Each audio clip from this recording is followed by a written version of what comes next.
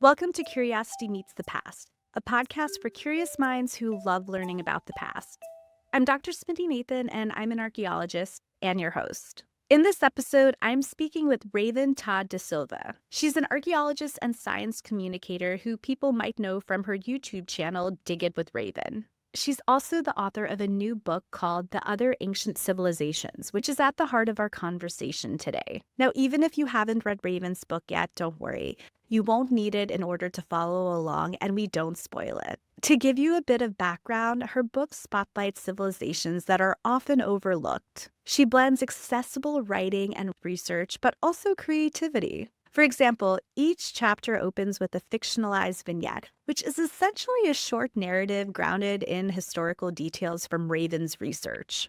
Now, if that feels different from how we usually engage with ancient history, that's because it is. And in this episode, we explore how rethinking the stories we center and how we tell them can change how we connect with the ancient world.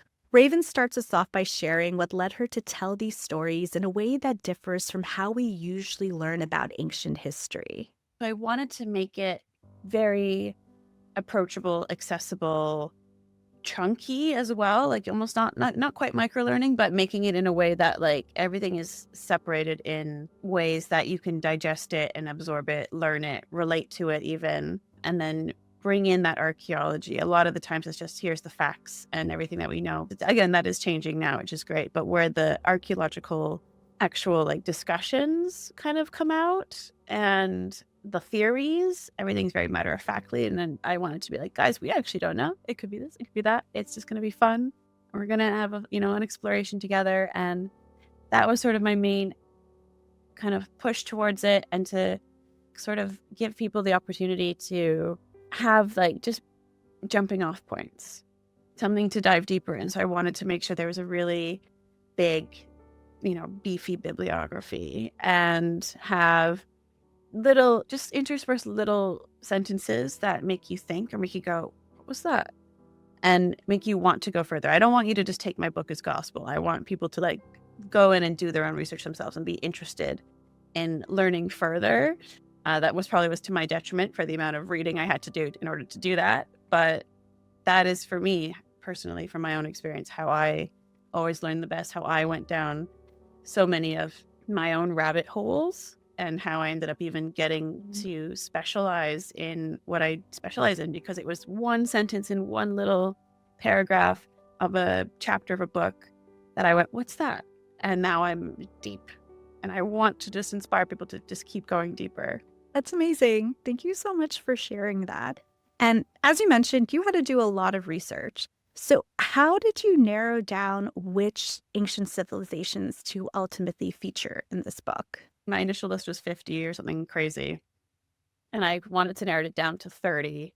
I ended up narrowing it down to 20 because it was going to just be even crazier. But I wanted to highlight as much of the globe as possible. So that was one of the major things of the book, and the driving force for how I was choosing everything was to make sure that it was spread out as much as possible, but also chronologically, and trying to get something, from as far back as possible. I wanted to try and be all encompassing, and that's very difficult. And there was a lot of mapping. I was using maps and like putting pinpoints and trying to plan it all out so it looked like it was, properly spread out. It was all just quite a bit of a blur, but then narrowing it down was quite fun to kind of go, okay, well, we have South America, where we're going next. Okay, we're going to go over to Asia. Oh, we don't have Oceania yet. Okay. And like being able to also then see the gaps in my own knowledge and the gaps in the current list that I was having, and made me go and look even further. So that's how I sort of went about it, as I wanted to make sure that I could like look at a map and have at least one chapter from every continent. Gotcha. Thank you for sharing that. And I'm curious, in your opinion, why do you think certain civilizations become more dominant in popular memory than others? So, why do some become more overlooked? I really think one of the major aspects is, of course, preservation bias. When people are looking at archaeology, especially the archaeological record, and you're not specializing or you're not studying it professionally, you want to look for the stuff that we have a lot of, because that's what a lot of museums want. And that's where you go to the museum, you see the big stone monuments from Egypt. I live in London, so you've got the Rosetta Stone like front and center when you walk in, and there's a huge hallway of just stone monuments. And the same thing with Mesopotamia, and the same thing with ancient Greece with all the marble statues. But most people, if you say I have a lot of this really cool pottery, it's not going to attract thousands and thousands of people. At King Tut's tomb full of gold and a perfectly preserved human remains, of course you're going to get people excited, and you get the news cycle going, and everyone loves that kind of story. And so those always sort of take front and center. Even with like the Inca and the Aztecs, they have a lot more of these monuments versus a culture. For example, the Lapita from Oceania, it's all very organic stuff. You don't really have these things that you can just go and physically look at. And people who don't actively have that access to understanding what it is, you're going to look at it and go, well, that's kind of boring. Or all I see are trees, or a post hole. How glorious is a post hole? And without that context, people can't appreciate it as much. So that's a big thing, is, preservation bias, and then how then the media takes that and how funding works with that as well, because people do want to find more shiny things. Antiquities dealers, especially in the last, 150 years, they want those prestige items that actually are showy and they can brag about, or that people get drawn into a little bit more because they're mysterious, or they have more written records, and so then you can actually know more about them from their words. This is sort of how a lot of things get swept under the rug, or just the spotlight doesn't shine on them because we haven't given them the light of day, because they're not as inherently valuable as others in our late stage capitalist society. Gotcha. Well, thank you for sharing your thoughts on that. And I was curious, going back to your research, as you were researching various civilizations, were there common themes that you noticed that surprised you? It's a thing that you see throughout the entire world, throughout all of history, that doesn't get talked about enough, is how connected we all were with each other, with different groups, and how far those connections were, and the amount of knowledge sharing and goods that we were able to spread and disperse around. And trading and communication and things is obviously how we became who we are today. And it doesn't really get talked about, I would say, enough within the context of like all of civilization and all of human history, because we usually tend to hone in on one specific civilization or culture.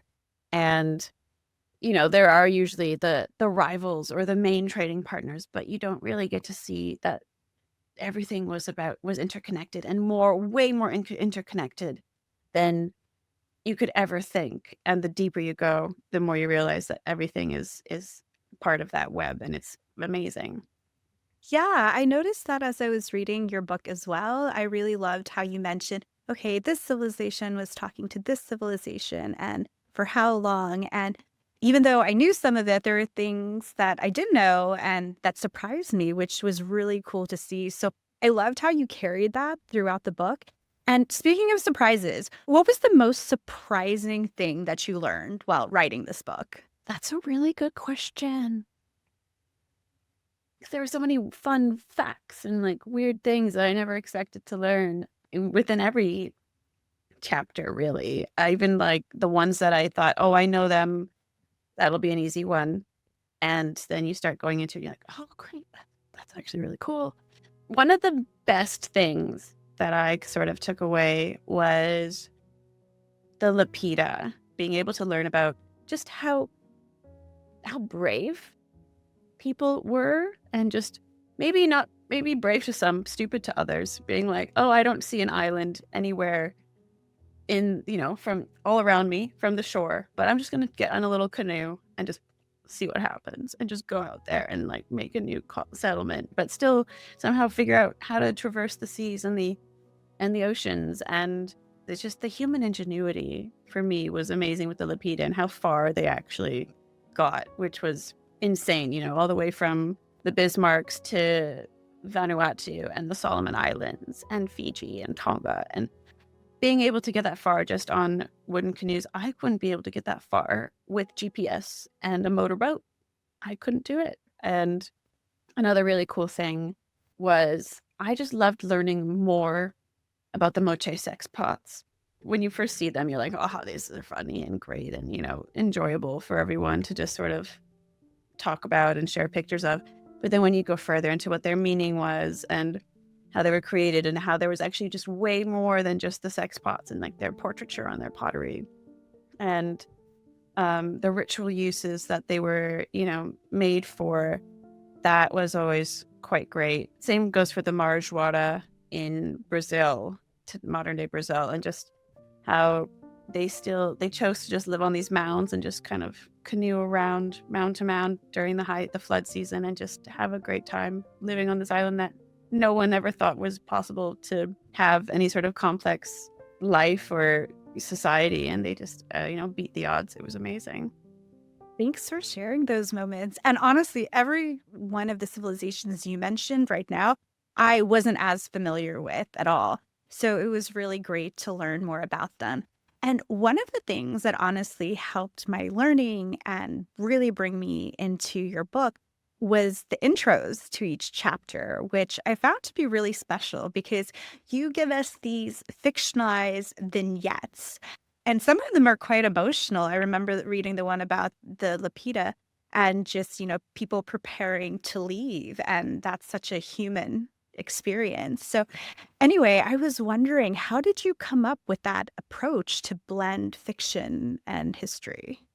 That's so sweet. I'm so glad you liked them. They were one of my favorite things to write. I think they were my favorite part of writing the book, was just having fun with that and putting myself in to those scenarios. I wanted to do that because I always find that it kind of just brings you in to that perspective and that point of view and gives you a great foundation for starting a new chapter. And if you're going to be reading the book sequentially, or you choose your own adventure or something, you're finishing off on a lot of facts about one culture or civilization in one part of the world. And then suddenly it's like, oh, okay, we did North America. Now we're going to flip immediately to India. You can't get that shift, or you don't want to just go from one to the other and you get everything mixed up. I thought it was a great way to break it up, get you into a new setting. And I think then it brings you into their lives, into their shoes, and it makes you appreciate it a little bit more. And then when you're reading it, you can identify with a lot more that's going on and you can kind of work on your own interpretations. Great. Thank you for that. And I'm curious, was there a particular vignette that was particularly challenging or rewarding to write? So the Lapita one was very just emotional to write. And I'm glad that you felt that. I'm glad that that was conveyed. Because, I personally, I've moved across many an ocean, multiple countries, and, having that feeling, it was quite cathartic to write that one.